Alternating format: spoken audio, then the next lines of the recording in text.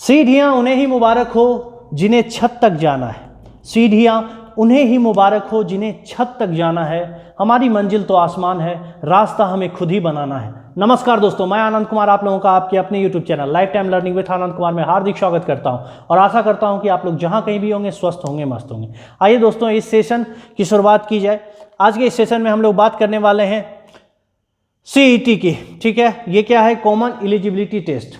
ये सडनली कल रात से मार्केट में काफ़ी ज़्यादा फेमस हो गया है। कुछ वजह है इसके पीछे, क्योंकि सब लोग जानते हैं इसके बारे में बातें बहुत हो रही थी, लेकिन अभी तक ये बात अप्रूव नहीं हुई थी कि ये लागू कब से होगा। लेकिन अब अप्रूवल मिल चुका है कल, और 2021 से हम लोगों का ये लागू भी होगा। सो इसके बारे में कुछ बेसिक चीज़ें हैं जो आप लोगों को जानना चाहिए। ठीक है, तो इसलिए मैंने ये वीडियो बनाया है इसके ऊपर।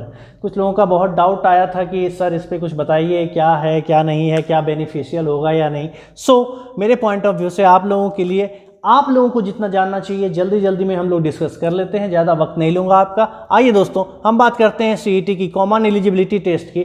इसे कंडक्ट करवाएगी NRA, नेशनल रिक्रूटमेंट एजेंसी। ये क्या है? तो ये गठन किया गया है इसका कि जितने भी हमारे जनरल कंपटीशन के जितने भी होते हैं वो सारे एग्ज़ाम ग्रुप B या ग्रुप C लेवल के जो हैं, उन सारे एग्ज़ाम का प्रीलिम्स यानी टायर 1 जो होता है, टायर 1 जो होता है जिसे हम लोग प्रीलिम्स के भी नाम से जानते हैं, उन सब को सिर्फ और सिर्फ एक ही एग्ज़ाम से कंडक्ट किया जाए। कहने का मतलब, जैसे अभी तक IBPS हो गया, IBPS PO, IBPS क्लर्क या जो भी हो, RRB PO, RRB क्लर्क या रेलवे का NTPC ALP जो भी हो, या SSC का CHSL CGL, बाकी और भी जो एग्ज़ाम है, सब के लिए क्या होता था? सब के लिए एक पर्सनल एक प्रीलिम्स देना पड़ता था। उसके बाद उससे आगे जाने के बाद मेंस होता था, फिर डिस्क्रिप्टिव होता था, उसके बाद अगर ज़रूरत पड़े तो इंटरव्यू होता था, जो PO लेवल के हैं, जिसमें ऑफिसर लेवल के हैं, और जो क्लर्क लेवल के हैं उसमें इंटरव्यू नहीं होते थे। तो ये बात होती थी बाबू। यहाँ पे क्या डिफरेंस होगा CET के आने से? CET के आने से डिफरेंस यही पैदा होने वाला है बाबू कि जितने भी प्रीलिम्स हैं, यानी जो अलग अलग प्रीलिम्स आप लोग देते थे, वो सारा प्रीलिम्स अब मतलब एक पेपर पे डिफाइन हो जाएगा। ये CET जो है ये साल में 2 बार होगा। ठीक है, साल में 2 बार होगा, 6-6 महीने पे। अगर CTET के बारे में किसी को थोड़ा बहुत भी आइडिया है तो बहुत अच्छे से समझेगा इस चीज़ को। ये साल में 2 बार होगा। ठीक है, और इसका एक स्कोर कार्ड जनरेट होगा, जो कि इमीडिएट बेसिस पे बोला गया है कि स्कोर कार्ड जनरेट होगा, ऐसा ही पोर्टल बनाया जाएगा। सो अगर इसका स्कोर, जैसे ही आपने एग्जाम दिया आपको स्कोर मिला, वो स्कोर आपको 3 साल तक के लिए वैलिड होगा। अब ये क्या कहता है 3 साल के लिए वैलिड? ये क्या कहना चाह रहा है? ये कहना चाह रहा है कि जैसे अगर स्कोर आया आपका, तो स्कोर आते ही आप अब प्रीलिम्स के टेंशन से दूर हो जाएंगे। अगर आपका कट ऑफ पार हो गया, जो भी है, एक स्कोर कार्ड आपको मिल गया, अब मेंस में अब फिर से बाकी जितने भी ऑर्गेनाइजेशन हैं जो इसके अंदर आएंगे, वो फिर मेंस अपने अपने हिसाब से कंडक्ट करवाएंगे। तो अभी नॉर्मली तो 20 से भी ऊपर हमारे पास ऐसे ऑर्गेनाइजेशन है जो कि एग्जाम कंडक्ट करवाते हैं, लेकिन अभी जो इसने गठन किया है, इसमें से इसने बैंकिंग को, IBPS या बैंकिंग आप बोल लीजिए, बैंकिंग, SSC और रेलवे को, इन तीनों को अभी इसने अपने अंदर लिया है। ठीक है, आगे आने वाले वक्त में और भी जो है सबको अपने अंदर ये लेगा, लेकिन अभी इन तीनों पे, बैंकिंग, SSC और रेलवे पे इसने बात की है। इन तीनों के एग्जाम प्रीलिम्स जो होते हैं अलग अलग, वो अब अलग अलग नहीं होंगे, सिर्फ और सिर्फ एक ही एग्जाम होगा, CET, कॉमन एलिजिबिलिटी टेस्ट। ठीक है दोस्तों, उसमें आपके स्कोर जो भी आएंगे उसके हिसाब से फिर IBPS वाले वो डिसाइड करेंगे कि मेंस लेवल पे कितना कट ऑफ क्या होना चाहिए, वो SSC लेवल पे कितना होना चाहिए, और फिर रेलवे के हिसाब से वो डिसाइड होगा कि वो आप मेंस में बैठ सकते हो कि नहीं बैठ। तो मेंस जो होने वाला है वो पर्सनल फिर अपना अपना इन लोगों का हो जाएगा, लेकिन प्रीलिम्स अब सिर्फ और सिर्फ एक ही बॉडी जो है वो कंडक्ट करवाएगी, जो कि नेशनल रिक्रूटमेंट एजेंसी है। बात समझ में आ गई? तो ये है बाबू CET। इसमें और क्या क्या बात हो सकती है? जैसे स्कोर की मैं बात करूं, तो स्कोर जो है इसका 3 साल वैलिड होने का मतलब है कि अगर मानिए पहली बार आपने दिया और आपके स्कोर बहुत अच्छे आ गए, मानिए 80 आ गए आउट ऑफ 100, और दूसरी बार आपने दिया तो 70 ही आए, तो आपका बाबू ये भी है कि 3 साल वैलिड तो रहेगा ही वो स्कोर कार्ड, और वो जो आपने फर्स्ट टाइम 80 लाया था और दूसरे बार 70 जो लाए हैं उसमें 80 को ही पकड़ा जाएगा, बेस्ट को पकड़ा जाएगा। बात समझ रहे हो? उसके अलावा ये भी चीज़ है, अगर आपको एक बार में आपने दिया, बहुत अच्छा मार्क्स आ गया, फिर आपको टेंशन लेने की जरूरत नहीं है प्रीलिम्स की। आप समझ गए कि अब हम मेंस में बैठ भी सकते हैं, इस भी एग्जाम में, इसमें भी तो टेंशन है ही नहीं। वो सब अब आप सिर्फ और सिर्फ मेंस की तैयारी करेंगे। अभी तक क्या हो रहा था, जैसे हमारा IBPS PO आया या IBPS RRB PO आया, हमने प्रीलिम्स की तैयारी शुरू कर दी, हमने देना शुरू कर दिया एग्जाम, ST वगैरह देना शुरू किया, हमारा मानो सिलेक्शन भी हो गया।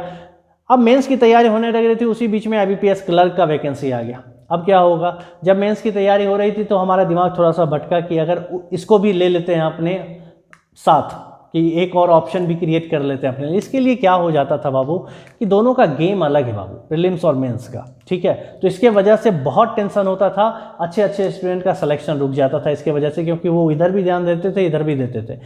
तो इसीलिए ये बहुत अच्छा और बहुत फायदेमंद होगा आप लोगों के लिए कि एक बार अगर प्रीलिम्स क्लियर हो गया, एक बार अच्छे मार्क्स आपने ले आए, तो फिर आप दूसरे बार बैठो ना बैठो आपकी मर्जी। अगर बैठते हो अच्छा आता है तो बहुत अच्छा है, खराब भी आया तो भी टेंशन नहीं है, बेस्ट को पकड़ेगा और आप मेंस में बैठने के लायक हो जाओगे 3 साल तक के लिए। तो फिर आपका टेंशन खत्म हो जाएगा प्रीलिम्स का, आप मेंस डायरेक्ट दोगे, आपको एकदम टेंशन नहीं है, एकदम जल्द से जल्द आप सिलेक्शन लेके निकल जाओगे मार्केट से, ठीक है। तो ये इसका सबसे बड़ा फायदा होगा। दूसरा, इसको लाने का वजह यही था बाबू कि नॉर्मली बहुत सारे प्रॉब्लम्स होते हैं। नॉर्मली अगर आप एग्ज़ाम के बारे में बात करो तो बहुत सारे प्रॉब्लम्स होते हैं, जैसे कि फ़ी के बारे में अगर मैं बात करूं, प्रॉब्लम्स में फ़ी नंबर 1 जो है फ़ी है। जैसे अभी रिसेंटली IBPS ने 850 करके जो पैसे लिए, वो कोरोना की वजह से जो इधर उधर करने वाले हैं चीज़ों को, उसके वजह से जो भी लिए हैं पैसे उन्होंने, या फिर और भी ऑर्गेनाइजेशन जो भी पैसे लेते हैं, तो क्या होता है कि IBPS, मानिए कि अगर बैंकिंग की ही मैं बात करूँ तो IBPS PO आता है, IBPS क्लर्क आता है, IBPS RRB PO RRB clerk आता है, फिर SBI PO SBI क्लर्क। ये 6 तो बेसिक हैं। और अगर ये 6 बेसिक हैं बाबू, तो आप ही समझो मिनिमम कितना गया आपका। इसके अलावा RRB के बारे में अगर मैं बात करूँ तो पर्सनली मैं बताता हूँ आपको, ऐसे मैक्सिमम बंदे जो अपने स्टेट से फॉर्म नहीं भरते हैं, वो ऐसी जगह को ढूंढते हैं जहाँ पे ज़्यादा वैकेंसी आया है, जहाँ थोड़ा बहुत भी अगर वहाँ के लैंग्वेज को मालूम है उन्हें, तो वहाँ फॉर्म भरते हैं और सिलेक्शन लेना चाहते हैं। इसके बाद जैसे क्या होता है कि वो वहाँ से वहाँ जाते हैं एग्ज़ाम देने के लिए, पहले प्रीलिम्स जाते हैं, फिर मेंस जाते हैं, फिर इंटरव्यू जाते हैं, बहुत सारी बातें हैं। और अगर वो लेडीज़ हैं, फीमेल कैंडिडेट है, तो आप ही सोचिए उनके साथ उनके मम्मी पापा को भी जाना पड़ेगा, मतलब एक गार्जियन तो फिक्स जाना पड़ेगा, क्योंकि बहुत ज़रूरी होता है कहाँ सेंटर पड़ेगा, कैसा वहाँ व्यवस्था होगा, सब लोगों को सोचना पड़ता है।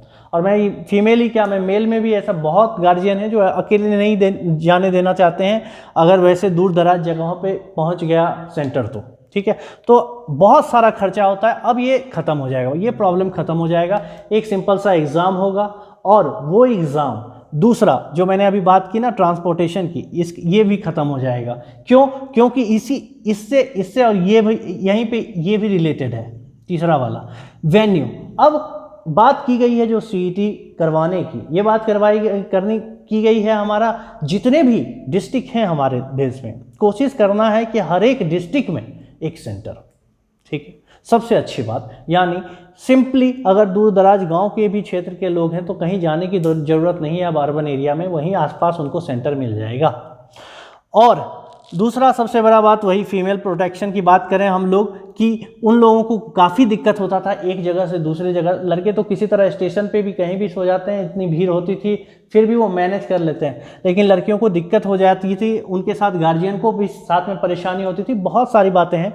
वो सब खत्म हो जाएगा बाबू इस CET के आने से, ठीक है, वो सारा खत्म हो जाएगा। तो कोशिश की गई है यही हमारे डिस्ट्रिक्ट, हर एक डिस्ट्रिक्ट में एक सेंटर हो, और जो अच्छे क्षेत्र हैं वहाँ पे, जो अच्छा जिला है वहाँ पे 2-3 भी बन सकते हैं सेंटर, वो डिपेंड करेगा वो एरिया वाइज, ठीक है। उसके अलावा हमारे पास जो बेसिक थिंग्स हैं उसमें से, जैसे कि मल्टीपल होते थे हमारे रिक्रूटमेंट एजेंसीज, जैसे कि IBPS हो गए, SSC हो गए, तो फर्स्ट जो टायर हो गया ये खत्म हो जाएगा। फर्स्ट टायर अब सिर्फ और सिर्फ कौन लेने वाला है? NRA लेने वाला है, नेशनल रिक्रूटमेंट एजेंसी ही लेने वाली है इसको। तो ये भी टेंशन खत्म हो गया हमारा, वेन्यू भी क्लियर। इंफ्रास्ट्रक्चर की हम बात करें, अगर इंफ्रास्ट्रक्चर हमारा एक प्रॉब्लम था कि अगर हम कहीं जाते थे, मतलब अर्बन एरियाज में ही नॉर्मली हमें देखने के लिए सेंटर मिलता था जहाँ पे कंप्यूटर का व्यवस्था होता था, नहीं होने से फिर क्या हो जाती थी, हम मतलब एग्ज़ाम वहाँ पे नहीं हो पाता था। और इसमें भी बाबू आप प्रॉब्लम्स को अभी फेस किए हैं कि नहीं किए हैं? जिन्होंने किया उनसे पूछिए जाके।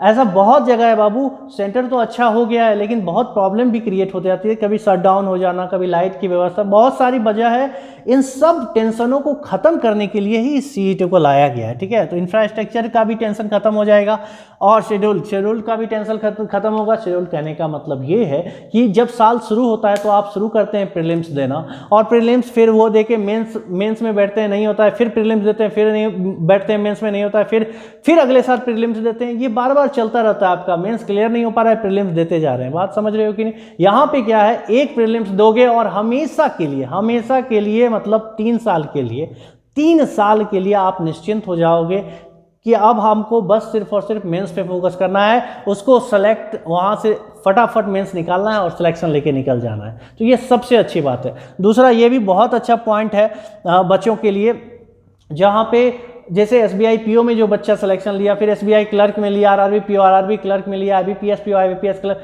मैक्सिमम ऐसे कॉमन बच्चे होते हैं, ठीक है।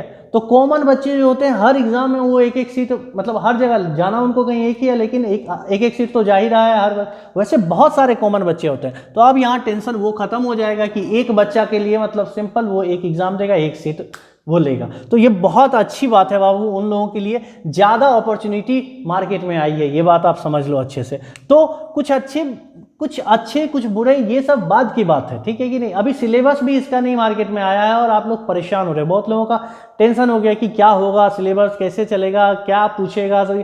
अरे बाबा अभी आया नहीं है ना मार्केट में, जिस टाइम आएगा उस टाइम बात करेंगे ना हम लोग सिलेबस के बारे में। और मैं आपको बताता हूँ, बहुत सारे कैंडिडेट ऐसे हैं जो IBPS SSC और यानी बैंकिंग SSC और रेलवे को एक साथ लेके चलते हैं, यानी कोई भी एग्जाम आएगा तो उसको निकालेंगे। मैक्सिमम बंदे ऐसे जो प्रिपरेशन करते हैं उनका टारगेट यही रहता है, कोई भी एग्जाम आए सामने निकाल देंगे। तो सिंपल सी बात है बाबू, सबका प्रिपरेशन उस लेवल से रहता ही है, लेकिन कुछ जिनका नहीं रहता है अब उनको करना पड़ेगा।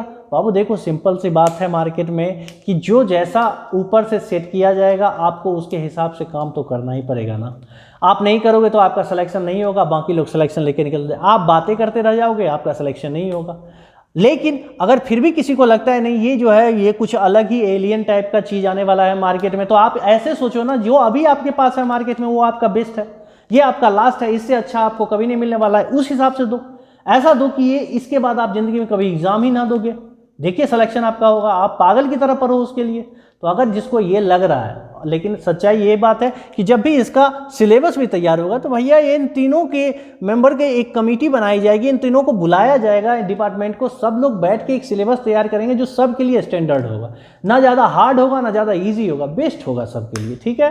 तो घबराइए मत उसके सिलेबस, उसके बाकी चीज़ों के लिए आप लोग बस फोकस रहिए। अभी जो आपके पास एग्जाम है उसको कैसे निकालें, और उसके बाद जब ये आएगा तो मैं आपको बोल रहा हूँ, मैं जहाँ भी रहूँगा मैं वहाँ से आपका प्रिपरेशन लेवल CET का जिस दिन सिलेबस तैयार हो गया, जिस दिन नोटिफिकेशन आउट हो गई कि हाँ, उस दिन से उस हिसाब से आपकी तैयारी करवाऊंगा। और ऐसे नहीं बोल रहा हूँ मैं, क्योंकि मैं भी इसी कैंडिडेट में से आता था जिसमें SSC रेलवे और बैंकिंग तीनों टाइप के एग्जाम मैंने दिए हैं, बहुत सारे क्रैक भी किए, तो आइडिया बेसिक मुझे है कि कैसे आपका एग्जाम निकलवाना है मुझे। तो घबराइए मत दोस्तों, जिस दिन आया नोटिफिकेशन, जिस दिन आया इसका सिलेबस, आपका प्रिपरेशन वहाँ से उसी तरह से तैयार होगा और 6 महीने के अंदर आप आराम से बहुत अच्छा स्कोर करके निकल जाओगे।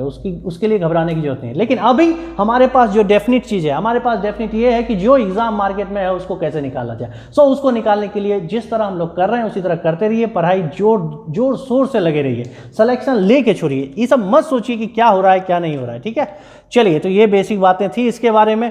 नॉर्मली ये सब बातें यही है कि 1.25 लाख के आसपास वैकेंसी आती हैं एक साल में, 2.5 करोड़ से भी ज़्यादा बच्चे फॉर्म मतलब एप्लीकेशन डालते हैं। कितनों का होता है, बात समझ में आ रही है कि नहीं, कितना खतरनाक कंपटीशन है हमारे मार्केट में। तो ये सब चीज़ें हैं, तो ध्यान से देखिए। इतना रुपये दिए गए हैं 3 साल के टेन्योर के लिए इनको, NRA को कंडक्ट करवाने के लिए, ठीक है। ये सब आपको ज़रूरत नहीं लेना, आपके लिए जो चीज़ें थी यहाँ पे हमने डिस्कस कर ली। आई होप आपके लिए थोड़ा बहुत ये हेल्पफुल रहा होगा सेशन। आप बस इतना समझ लो, CET आता है, जब आएगा तो भी आपके लिए बेस्ट ही रहेगा, आप कुछ अच्छा ही लेके आएगा आपके लिए। और अभी जब मार्केट में अभी के जो एग्ज़ाम है वहाँ पे तो लागू नहीं हो रहा ना, जब लागू होगा तो सोचा जाएगा और उसके हिसाब से तैयारी की जाएगी। तो घबराने की जरूरत नहीं है। अभी जो है उसको टारगेट करिए, अभी जो मार्केट में मौजूद है वैकेंसीज, उसको निकालने के लिए पागल की तरह पढ़िए, ठीक है दोस्तों। चलिए फिर आशा करता हूँ आप लोगों इसी तरह जहाँ भी हो इसी तरह लगे रहोगे और आगे बढ़ते रहोगे हमारे साथ। हम आपके साथ खड़े हैं दोस्तों, ठीक है। चलिए फिर आप लोग जहाँ कहीं भी हो स्वस्थ रहो, मस्त रहो, इसी तरह हंसते रहो, मुस्कुराते रहो। फिर से मुलाकात होगी दोस्तों नेक्स्ट सेशन में, तब तक के लिए नमस्कार।